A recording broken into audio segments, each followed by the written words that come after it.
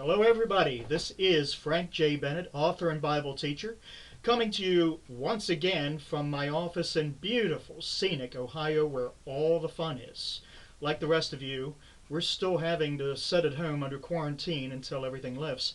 I'm not able to travel across the country and meet you at shows and take your questions and hear your stories about your encounters. So if you'll be patient with me, we'll have to do it like this for a while. Today I wanted to talk about a subject that gets bantered around quite a bit and is heavily misunderstood. It's called the mark of the beast.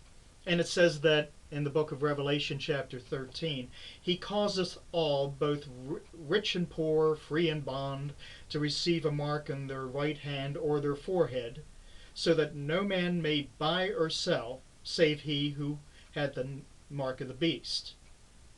Now this comes from the book of Revelation chapter 13.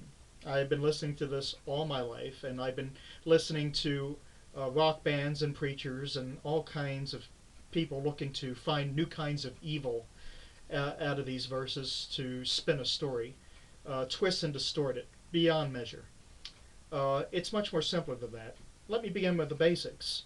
For one, that is not the Antichrist doing this in the book of Revelation chapter 13. It's actually another nefarious character that rises up after the Antichrist comes to power, called the false prophet. Because it says that I beheld another beast coming up out of the earth, and he had two horns on his head like a lamb, and he spoke as a dragon. This is a religious figure. He speaks as a lamb, and that likens him to Jesus Christ, a religious figure. However, his words have the power and venom of a dragon. Later in Revelation chapter 13, he had demonstrated great powers beyond those of a normal mortal man. The same powers that people already had witnessed that the Antichrist was able to exhibit. And it caused everybody on the earth to think of them as gods. And for that reason, they were allowed to get away with a lot. Later on, what's called the false prophet, he is the one who initiates this program of the mark of the beast, where he causes all the inhabitants of the earth, requires them to receive this mark. Now this does not mean that everybody will get this mark. He initiates a program. He gives an edict determining that this is how it's going to be. And there will be great war about this. There will be much fighting about this. It's not as if everyone's going to be dragged off to concentration camps and just simply be forced to take a mark at gunpoint or something. It just simply won't work like that. Remember that even up till this time, the world is still going to be ruled by democracies, and people will still have the power of the vote. So even though a government official makes a law, doesn't mean that the people will immediately go for it. They will seek to fight it, either in the courts or at the voting booths or whatever. That's Politics 101. Let's move on to the next topic. What is the mark? In the Greek, the word mark is the word sharkma, and it means etching or engraving.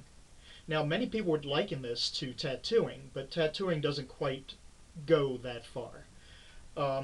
When you etch and you engrave, you're basically sculpting something, or better still, digging into. Today we have technology afoot the size of a grain of rice that can be implanted under the skin, anywhere in the body.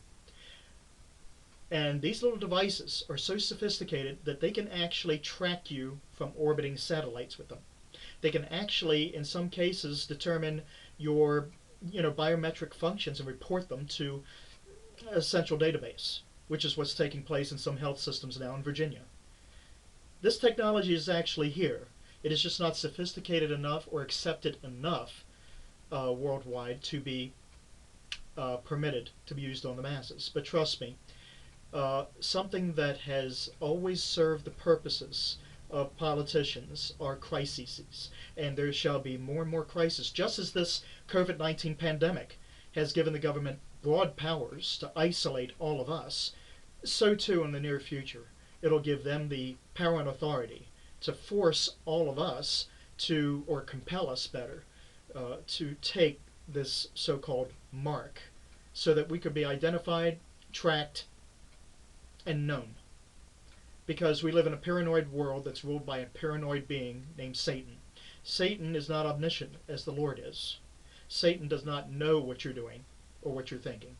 So he has to have agents, both living and non-living, a nod to my friends in the paranormal realm, living and non-living, to come and spy on you, watch you, and report to him and his underlings as to your activities.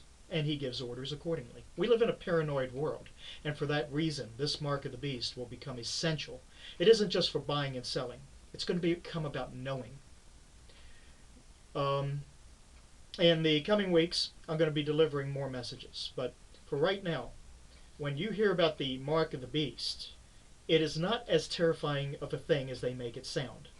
As I said, people are not going to be dragged out of their houses at gunpoint and forced to take this mark. It will be your choice.